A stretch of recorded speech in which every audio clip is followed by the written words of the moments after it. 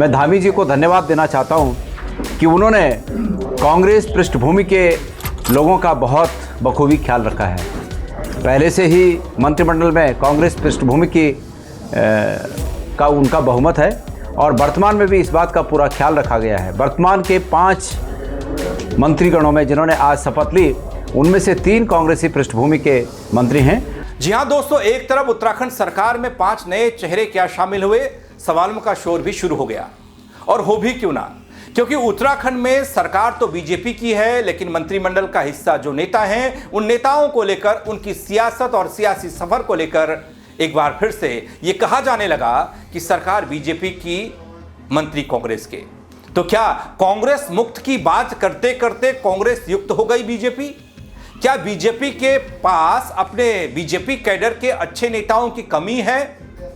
और यह सवाल क्यों हो रहा है, इसके पीछे एक बड़ा कारण है, वो बताने के लिए मैं आया हूं। दोस्तों, वीडियो को अंत तक जरूर देखिएगा, आपके सारे सवालों के जवाब शायद इस वीडियो के जरिए दे पाऊं। नमस्कार, पहला मैं पंकज रौतेला, आप देख रहे हैं अपना उत्तराखंड न्यूज। दोस्तों, वैसे इस बात में सच्चाई दिखती है कि जिस दल का पन्ना प्रमुख तक मजबूत कैडर का हो और दुनिया की सबसे बड़ी पार्टी वो कहती हो अपने आप को, लेकिन जब उत्तराखंड मंत्रिमंडल की तस्वीर को हम आज देखेंगे तो आपको इस मंत्रिमंडल में कांग्रेस पृष्ठभूमि के ही नेता दिखाई देंगे। और कांग्रेस वाले इस बात को लेकर सरकार के साथ बीजेपी को आड़े हाथ ले भी रहे हैं। पहले आप सुनिए गणेश गोदियाल के बयान को।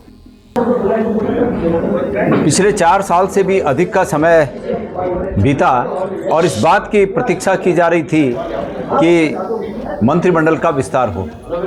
जिस दिन वर्तमान कार्यकाल में मुख्यमंत्री धामी जी ने शपथ ली, उसी दिन से कुछ सीटों को बकाया बाकी रख के ये प्रतीक्षा कराई जा रही थी कि अब मंत्रिमंडल का विस्तार होने वाला है। और लिहाजा 4 साल से करीब 4 साल और 10-11 महीने, 4 साल और 1-2 महीने का समय बीतने के बाद आज वो घड़ी आई जब मंत्रिमंडल का विस्तार हुआ।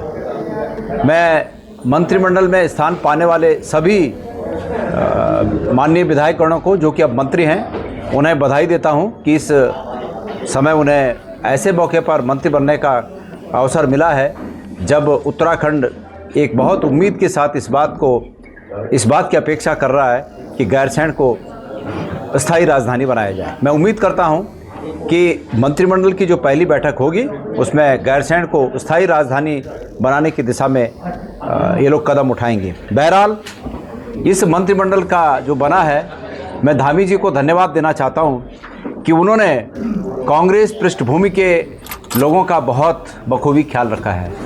पहले से ही मंत्रिमंडल में कांग्रेस पृष्ठभूमि की का उनका बहुमत है और वर्तमान में भी इस बात का पूरा ख्याल रखा गया है। वर्तमान के 5 मंत्रीगणों में जिन्होंने आज शपथ ली, उनमें से 3 कांग्रेसी पृष्ठभूमि के मंत्री हैं और इसके लिए निश्चित रूप में पूरे प्रदेश की ओर से, खास करके भारतीय जनता पार्टी के कार्यकर्ताओं की ओर से धामी जी को धन्यवाद दिया जाना। जी हां दोस्तों, कांग्रेस तंज कस रही है। वैसे 5 नए मंत्रियों की बात हो रही है, पहले इन्हीं की बात कर लेता हूं जिनका जिक्र गोदियाल कर रहे हैं। दोस्तों, 5 में से 3 मंत्री कांग्रेस पृष्ठभूमि के हैं और जब आप ओवरऑल मंत्रियों को देखेंगे, मंत्रिमंडल की तस्वीर देखेंगे, तो आपको और ज्यादा हैरानी होगी कि 7 मंत्री कांग्रेस के झंडावरदार रहे कभी, आज वो बीजेपी के मंत्री हैं। पहले दोस्तों वो ताजा 3 नाम बताता हूं आपको। वो हैं प्रदीप बत्रा, राम सिंह खेड़ा और भरत चौधरी। जी हां, ये तीनों कभी कांग्रेस के साथ थे, बल अब मंत्री बने हैं। थोड़ा गौर कीजिएगा दोस्तों। रुड़की विधानसभा से विधायक प्रदीप बत्रा पंजाबी समाज से हैं और रुड़की से 3 बार के विधायक रह चुके हैं। और हरीश रावत सरकार के समय कांग्रेस के कुछ विधायकों ने जब बगावत की थी, बीजेपी का साथ दिया था, तो उसमें शामिल थे। और इन विधायकों में प्रदीप बत्रा का नाम, और उसके बाद आज वो बीजेपी की सरकार में मंत्री। पहला नाम प्रदीप बत्रा का, जो कांग्रेस पृष्ठभूमि के हैं। दोस्तों, दूसरे नाम की तरफ जाता हूं। पहले कांग्रेस में जो था, फिर बीजेपी में आकर आज मंत्री बन गया। वो नाम है राम सिंह खेड़ा का, हालांकि निर्दलीय भी रहे। देखिए, राम सिंह खेड़ा नैनीताल के भीमताल सीट का प्रतिनिधित्व करते हैं, विधायक हैं यहां से। वो ठाकुर समाज का नेतृत्व करते हैं। इस सीट से वो 2 बार विधायक रह चुके हैं। बीजेपी के टिकट से वो पहली बार विधायक बने और पहली बार मंत्री बनने का मौका राम सिंह खेड़ा को मिल गया। इससे पहले साल 2017 में वो निर्दलीय उम्मीदवार के तौर पर मैदान में उतरे थे, जिसमें उन्होंने भीमताल से जीत हासिल की थी। उन्होंने अपने सियासी करियर की शुरुआत दोस्तों छात्र राजनीति से की। काफी लंबे समय तक राम सिंह खेड़ा कांग्रेस से जुड़े रहे। आखिरकार बीजेपी में आकर उनका बेड़ा पार हुआ और वो मंत्री बने।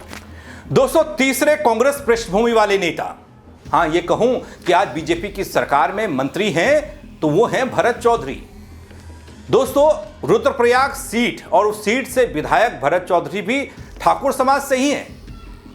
इस सीट से वो 2 बार पार्टी के विधायक रहे बीजेपी के। राजनीति में भरत चौधरी दशकों से हैं। मंत्रिमंडल में भरत चौधरी को पहली बार शामिल किया बीजेपी ने क्षेत्रीय संतुलन साधने की शायद कोशिश की हो, लेकिन यहां आपको यह भी बता दूं कि वो आज संस्कृत में शपथ ले रहे थे। कभी भरत सिंह चौधरी कांग्रेस का हिस्सा थे और आज पहली बार एक उम्र विदा देने के बाद वो मंत्री बने हैं। दोस्तों, इन नामों को लेकर कांग्रेस वाले आज बीजेपी पर गजब तरीके से तंज कसते दिखते हैं कि मंत्रिमंडल विस्तार करके बीजेपी वालों ने क्या कर दिया। बीजेपी के लोगों को बता दिया कि तुम्हारे अंदर कोई काबिलियत नहीं है, सारी काबिलियत कांग्रेस के लोगों में ही है। बीजेपी वाले सिर्फ और सिर्फ दरी बिछाने के काम के हैं पार्टी के अंदर, ये कांग्रेस कह रही है। लेकिन दोस्तों, इन नामों पर थोड़ा गौर कीजिए। इतना भर नहीं है तो 3 नाम थे। इन नामों पर गौर कीजिए जो आगे मैं आपको दिखाने जा रहा हूं। 3 नहीं, संख्या 7 है। वो कैसे, बताता हूं आपको। तो क्या बीजेपी वाले कांग्रेस मुक्त भारत का सपना देखने वाले खुद कांग्रेस युक्त हो गए? ये सवाल कांग्रेस पूछ रही है। वो इसलिए क्योंकि ये तस्वीर देखिए दोस्तों, जरा इन नामों पर गौर कीजिएगा। सुबोध उनियाल पूर्व कांग्रेसी, मौजूदा सरकार में मंत्री हैं, कई विभाग उनके पास है, वन मंत्री भी हैं, संसदीय कार्य मंत्री भी हैं। रेखा आर्या पूर्व कांग्रेसी रही हैं, आज वो बीजेपी में मंत्री हैं, बीजेपी की सरकार में मंत्री हैं। 1 बार की नहीं, 2 बार की मंत्री हैं।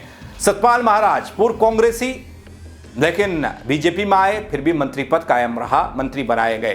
प्रदीप बत्रा जो आज कांग्रेस जिनको लेकर कह रही है, 3 नामों में प्रदीप बत्रा का नाम भी है, जो कांग्रेसी कभी थे, अब बीजेपी में हैं तो मंत्री हैं। जी हां दोस्तों, भरत चौधरी जो पूर्व कांग्रेसी हैं, वो लंबे वक्त तक बीजेपी में रहे और उसके बाद कई बार विधायक बने, अब वो मंत्री हैं। पूर्व कांग्रेसी भरत चौधरी भी। विजय बहुगुणा के बेटे सौरभ बहुगुणा का जिक्र बार बार होता है, पूर्व कांग्रेसी और अब सरकार में मंत्री। राम सिंह खेड़ा ताजा मंत्री बने हैं। वो पहले कांग्रेसी थे, फिर निर्दलीय हुए, फिर बीजेपी में आए और अब मंत्री बने हैं। तो ये कुल मिलाकर हो गए 7 नाम। जितने भी मंत्री आपके पास होंगे 10 से 11 12, उसमें 7 यानी आधे से ज्यादा कांग्रेस पृष्ठभूमि वाले हैं। दोस्तों, तस्वीर आज उत्तराखंड में बीजेपी सरकार के मंत्रिमंडल की है। हालांकि सियासत में दल बदल लगा रहता है दोस्तों, मंत्री बनना भी लाजमी है, कोई दिक्कत नहीं। लेकिन 7 मंत्री कांग्रेस गोत्र के, 4 मूल भाजपाई या बीजेपी वाले, मुन्ना सिंह चौहान, बिशन सिंह चुफाल, किशोर उपाध्याय, विनोद कंडारी, प्रीतम पवार, आशा नौटियाल, ये सबके नाम चल रहे थे इससे पहले। दुर्गेश्वर लाल, सबका पत्ता कट गया। कैसे कट गया किसी को कानून पता नहीं, खबर नहीं। और हाँ, मुन्ना सिंह चौहान को कौन भूल सकता है। मुन्ना सिंह चौहान की योग्यता से क्या बीजेपी डरती है? लोग ये पूछने लगे हैं, या फिर कोई और वजह है कि उन्हें कैबिनेट का हिस्सा नहीं बनाया जाता, या बनाया जा रहा, या बनाया गया।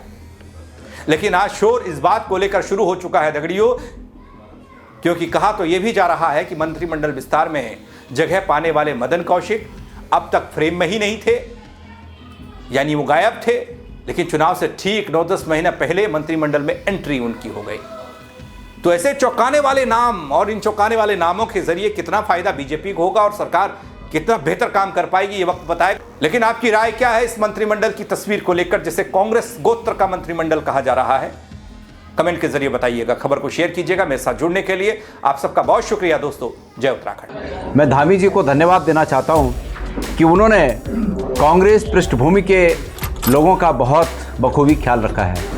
पहले से ही मंत्रिमंडल में कांग्रेस पृष्ठभूमि की का उनका बहुमत है और वर्तमान में भी इस बात का पूरा ख्याल रखा गया है। वर्तमान के 5 मंत्रीगणों में जिन्होंने आज शपथ ली, उनमें से 3 कांग्रेसी पृष्ठभूमि के मंत्री हैं